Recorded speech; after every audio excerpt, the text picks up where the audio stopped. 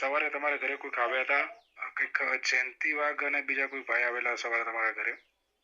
મને બીજા ભાઈનું નામ તો નહીં આવડતું સાહેબ, હા હા, પણ મારા ઘરે જયંતિ વાઘ આવ્યા. બરાબર છે. હવે તમારા ઘરે એટલે શાના માટે આવેલા? એને મારા ઘરે છે ને મને એમ કહ્યું હતું કે કાકી કીધું, ઘડીક માસી કીધું કે તમે મને ઓળખો છો? મેં તો હા ઓળખું છું.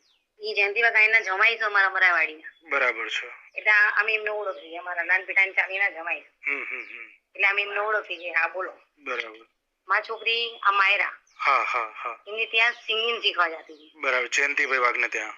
હા બરાબર. એટલે એમને આયા હતા અને એમને અમને એવું કહેતા હતા, હું તમારો દીકરો જ છું કે. બરાબર છે. હું તમારો છોકરો છું. હા હા. તો તમે જતું રહ્યું એ પાછું નહીં આવવાનું. બરાબર છે. એની વાય આપડે 5 આંગણાનું 10 આંગણાનું જે ફોન થાય કરો. બરાબર છે. કે તમારી 3 છોકરી, તમારો દીકરો, તમે 2 માળા, એનો વિચાર કરો. બરાબર છે. અત્યારે બધા બહુ માણસો આવશે. હા હા હા. તમને આમ કહેશે, તેમ કહેશે, બધું કહેશે. પણ તમે વાયનો સમય જોવો. બરાબર છે. આગળનું ના જોવો, પાછળનું જોવો. પાછળ તમારું જોવાનું.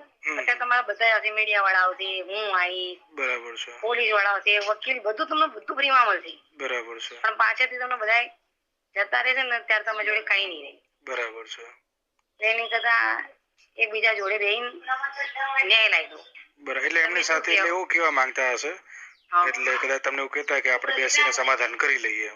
હા, કે આપણે દેશના પક્ષના માણસોને બોલાવી. બરાબર છે. અને એક મીટિંગ કરો. હા હા. અને કોઈનો નિકાલ લાવો. તો એમને એમ કહેજો. એમના બોલ ઉપરથી, એમના હાવભાવ ઉપરથી મને એમ લાગ્યું. બરાબર. હા. એમને જયેશ બાજુનો જ બોલતા હતા. કેટલા વાગે આવ્યા હતા ખબર? સવારમાં વહેલા. કેટલા વાગે આવ્યા છે? અડધી ઊંઘમાં હોવી. કેટલા વાગે? 4:30 વાગ્યા. પણ એમને તેવી શું ઉતાવળ હશે કે આટલા વાગે તમારા ઘરે આવ્યા? હા, હું એ જ કહું છું. આપણે આજે એમને ઊંઘમાં હતી. હા, એટલે એ જ કહું છું. આજે મારે તમારા ઘરે બેસવા આવવું હોય તો મને ખબર છે કે અત્યારે તમારા ઘરે રોયાનું ઘર છે, તો હું સવારે ચા પાણી કર્યા હોય ના હોય તો 10-12 વાગે આવું અથવા સાંજે બેસવા આવું. હવે તમે કહો છો કે એ સિંગર છે. હવે એમને એવી તો કેવી ઉતાવળ હતી કે એમને તમારી સાથે વાત કરવા માટે નતા રહી શકતા ને અડધી રાતે તમારા ઘરે આવ્યા? એમને એમ કીધું હતું હું ક્યાંક આબુ પ્રોગ્રામમાં હતો તો અને મારો શો અત્યારે પૂરો થયો અને હું આબુથી હમણાં જ આવ્યો અને ડાયરેક્ટ હું તમને મળવા આવ્યો.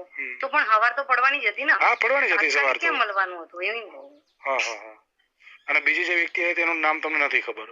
ના, એમની જોડે એક વ્યક્તિ બીજું હતું પણ એમનું નામ મને નહીં આવતું. આ જયંતિ વાઘની પહેલી વાર મારા ઘરે આવ્યા છે. બરાબર. હવે ઓળખતી નથી, ઓળખું છું પણ એટલે આવી રીતે તમારો સંબંધ ના હોય રોજ મળવાના.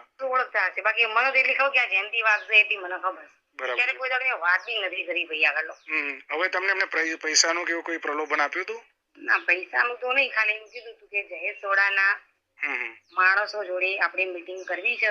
બરાબર. કરવી હોય તો મને કહો, ના કરવી હોય તો મને કહો. અને તમારા દીકરીનું માન સન્માન કરવા માટે હું આવીશ. બરાબર. તમારા જે બી કઈ મારા